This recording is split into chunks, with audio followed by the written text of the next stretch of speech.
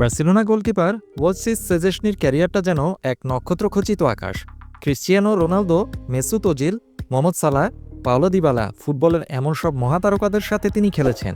তাদের সেরাটা খুব কাছ থেকে দেখেছেন। কিন্তু এই সব কিংবদন্তিদের ভিড়ে কে সেই খেলোয়াড় যিনি তাকে সবচেয়ে বেশি মুগ্ধ করেছেন? কে সেই জাদুকর যার খেলা দেখে এক অভিজ্ঞ গোলকিপারও বিস্ময়ে হতবাক হয়ে যান? উত্তরটা শুনে অনেকেই হয়তো অবাক হবেন। তিনি ক্রিশ্চিয়ানো রোনালদো নন, সালাহ নন, এমনকি দিবালাও নন। সেই খেলোয়াড়টি হলেন বার্সেলোনার তরুণ মিডফিল্ডার প্রাণভোমরা পেদ্রি। গত মৌসুমটা ছিল পেদ্রির জন্য এক স্বপ্নের মতো। লা লিগা, কোপা দেল রে এবং স্প্যানিশ সুপার কাপ, বার্সেলোনার এই সাফল্যের নেপথ্যের নায়ক ছিলেন তিনি।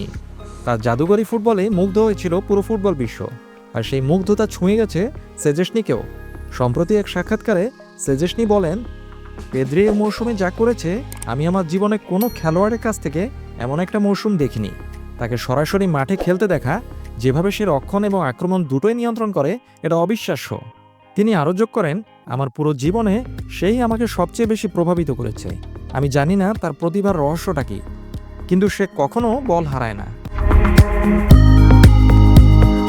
ভেবে দেখুন যে গোলকিপার রোনালদো বা সালার মতো কিংবদন্তিদের সাথে খেলেছেন, তার মুখ থেকে এমন প্রশংসা পেদ্রির প্রতিভাকে এক অন্য মাত্রায় নিয়ে যায়।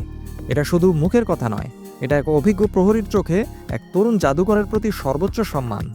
ওয়ালসিস সেজেসনি এবং পেদ্রি এই জুটি আগামীতেও বার্সেলোনার সাজঘরে একসাথে থাকবেন। এক অভিজ্ঞ খেলোয়াড়ের চোখে এক তরুণ প্রতিভার এই স্বীকৃতি, ফুটবলের এর চেয়ে সুন্দর গল্প আর কি হতে পারে?